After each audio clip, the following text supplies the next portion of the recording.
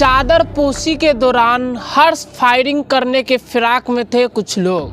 Police को गुप्त सूचना मिलती है और मौके से गिरफ्तार कर लिया जाता है। नमस्कार, आप देख रहे हैं द बिहार 24 न्यूज़ और आपके साथ मैं हूं अंकित कुमार मिश्रा। जी हां, दरअसल मामला खाजेकला थाना क्षेत्र का है, जहां पर चादरपोशी के दौरान कुछ युवक हर्ष फायरिंग करने के फिराक में थे। पुलिस को गुप्त सूचना मिलती है और सूचना के आधार पर त्वरित कार्रवाई करते हुए युवक को गिरफ्तार किया जाता है। गिरफ्तार युवक के पास से जिंदा कारतूस बरामद की जाती है। पूछताछ में बताया जाता है और उसके दोस्त के यहाँ छापेमारी की जाती है और 2 देसी कट्टा एवं 4 जिंदा कारतूस बरामद की जाती है।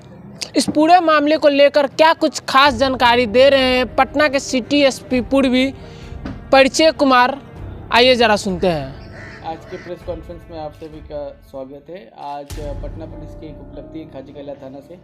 इधर लगातार खाजेकला ये थाना के द्वारा अवैध अग्न्यास के खिलाफ कार्रवाई की जा रही है। इसी क्रम में कल 3 अपराध कर्मियों को अवैध हथियार के साथ पकड़ा गया है। घटनाक्रम कुछ इस प्रकार है कि कल एक सूचना प्राप्त हुई कि चादरपोशी के जुलूस में ये 3 युवक अवैध हथियार के साथ है और हर्ष फायरिंग करने के फिराक में है। सूचना का सत्यापन किया गया, उसके उपरांत पुलिस के द्वारा वहां पर रेड किया गया और उक्त व्यक्तियों की पहचान की गई, उनको रोका गया। इसलिए इतने में 2 व्यक्ति भागने में वहां से सफल हो गए। एक व्यक्ति जिनका नाम मोहम्मद छोटू है, वो पकड़ा गया। विधिवत उसकी तलाशी ली गई तो उसके पास से एक जिंदा कारतूस बरामद हुआ। उसके बाद उससे और पूछताछ की गई तो उसने अपने साथियों का नाम भी बताया। साथ ही साथ वो अपने घर भी ले गया। उसके घर से एक देसी कट्टा और 3 जिंदा कारतूस और बरामद हुए। उसके बाद उसकी निशानदेही पे जो उसके 2 अन्य साथी थे, मोहम्मद सद्दाम और मोहम्मद सारिक, इन दोनों को भी लोधी कटरा से गिरफ्तार कर लिया गया। इसमें से मोहम्मद सारिक के पास से एक और देसी कट्टा और 2 जिंदा कारतूस बरामद हुआ है। दोनों ही हथियार के बारे में यह निकल के आया है कि जो ये तीसरा व्यक्ति गिरफ्तार हुआ है मोहम्मद सद्दाम, इसके द्वारा ही प्रोवाइड कराया गया है।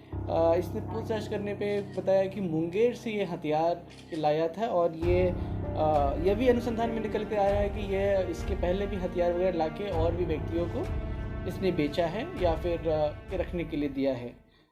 इसमें और हम अनुसंधान ये कर रहे हैं तो इस मामले में ये पूरे 2 देसी कट्टा जो अवैध है और 6 जिंदा कारतूस बरामद हुए हैं। और अभी तक तो यही निकल कर आ रहा है कि यह जुलूस में हर्ष फायरिंग करने के फिराक में थे, जो एक अपराध है।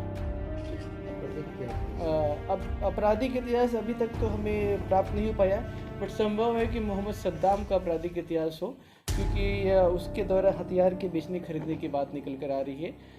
इस तरीके से खाजेकला ये थाने के उनके एक्टिविटी के कारण एक बड़ी घटना होने से टल गई। फायरिंग करके दंगा फैलाने की कोशिश थी। जी, अभी तक तो सिर्फ हर्ष फायरिंग की बात हुई थी, परंतु हर्ष फायरिंग अगर होती तो एक बड़ी घटना होती और संभव है कि ये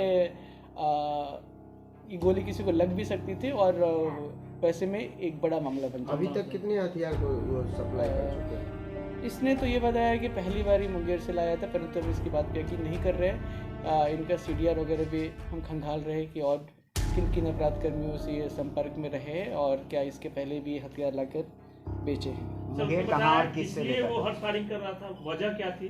क्या दंगा भड़काना मकसद था? जैसा कि मैंने बताया कि चादरपोशी का जुलूस चल रहा था, तो ये जुलूस के दौरान या समापन के समय हर्ष फायरिंग करने का इनका प्लान था। दंगा भड़काने वाली कोई बात निकल कर तो नहीं आई है, परंतु हर्ष फायरिंग की कुछ खास ऐसी वजह नहीं होती है। लोग उन्माद में किया करते हैं जो बिल्कुल ही अवैध है।